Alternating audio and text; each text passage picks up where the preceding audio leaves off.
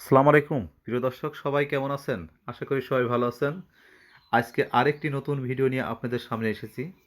দর্শক, দেখতেই পাচ্ছেন স্ক্রিনের সামনে একটি ছোট্ট গাভী, এবং খুব সুন্দর লাগছে আমার কাছে। এই গাভীটা আসলে ভিডিওটা আপনাদের সাথে শেয়ার করছি এই কারণেই, আমাদের দেশে থেকে আসলে আমরা বড় জাতের আশা করতে যেয়ে আমাদের দেশীয় জাতটাকে আমরা একদমই হারিয়ে ফেলেছি। তা অনেক দিন পর আমি অনেক দিন পর যে দেশীয় একটা এত সুন্দর একটা গাভী দেখতে পেয়ে আমার কাছে মনে হলো যে ভিডিওটা আপনাদের সাথে শেয়ার করার দরকার। আমার চ্যানেলে যারা নিয়মিত দর্শক আছেন, যারা আসলে ভিডিও দেখেন আমাকে ভালোবেসে এবং যারা প্রাণী সম্পদকে ভালোবাসেন, আসলে তাদের জন্য ভিডিওটা করলাম। দর্শক, দেখতেই পারছেন ছোট্ট একটি গাভী, এবং এই যে পরিবারে আমি আসছি, যার গাভী, তাদের পরিবারটা একদম ছোট্ট। এনার পরিচয়টা আসলে দিই। ইনি আসলে কুষ্টিয়া জেলা কুমারখালী থানা পান্টি ইউনিয়নে আপনার পান্টি গ্রামে শামীম শামীম সাহেব। আসলে উনি একজন ভদ্র মানুষ, এবং ওনার আগে অনেক বড় বড় খামার ছিল এবং অনেক বড় বড় গাভী আসলে উনি লালন পালন করতো বা পুষতো। আসলে এখন তার সেই খামারগুলো নাই।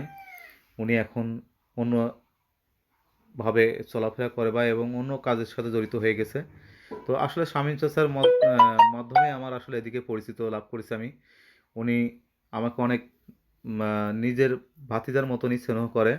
তো দর্শক, চাচা আমাকে ফোন দিল যে ভাতিজা আমাদের বাসায় একটু আসেন, আমাদের গরুটা দেখতে হবে। তো আমি দ্রুত এসে দেখতে পেয়ে আসলে অনেক ভালো লাগলো যে চাচা এত সুন্দর একটা গাভী ক্রয় করছে। আমি বললাম, চাচা কোথা থেকে নিয়ে আসছো? বলছে, আমি অল্প কিছুদিন আগে কিনছিলাম এটা প্রেগনেন্ট অবস্থায়। তো দেখো বাছুরটা হয়েছে, বাছুরটা কোনো সমস্যা আছে কিনা। তো আমি দেখে আসলে বাছুরের কোনো সমস্যা নেই। তো আমি বললাম, চাচা তোমার গাভীটা অনেক পছন্দ হয়েছে আমার। তো তখন বলছে যে দেখো ভাতিজা, বা গাভীটার আসলে ওলানে কোনো সমস্যা আছে কিনা। তো আমি দেখলাম যে আসলে কোনো সমস্যা নেই। গাভীটা একটু ওলানে কোনো একটু ঝামেলা আছে, সেটা আসলে আমরা কিছু ওষুধ আছে, এগুলো দিলে পারে ঠিক হয়ে যাবে। তো আমার এত ভালো লাগলো যে এত এতটুকু একটা গাভীর ওলানের গঠন দেখে অবাক। তাই আমি বললাম যে স্যার দুধ কতটুকু হয়? 3 থেকে 4 লিটার পর্যন্ত দুধ হবে আসলে গরুর হবে। তো আসলে ছোট্ট পরিবারের জন্য ছোট্ট একটা গাভী আমাদের খুব প্রয়োজন। আমরা অনেক সময় বড় বড় গাভী আহ, তৈরি করার জন্য ছোট যে দেশ, আমাদের দেশীয় যে গাভীগুলো, সেগুলো আমরা আসলে আমাদের অজান্তেই হারিয়ে ফেলছি। তো দর্শক, আহ, আমার মনে হয় যে এই গাভীটা সারাদিন খেলে যে খাবারটা খাবে, আর এই যে যা দেবে আপনাকে, তার অনেক বেশি আপনাকে দেবে।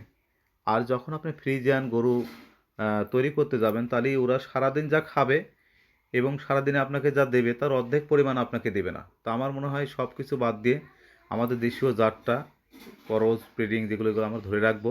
তো দর্শক, ভালো থাকবেন। ভিডিওটা কেমন লাগলো একটু কমেন্ট করে জানাবেন। তো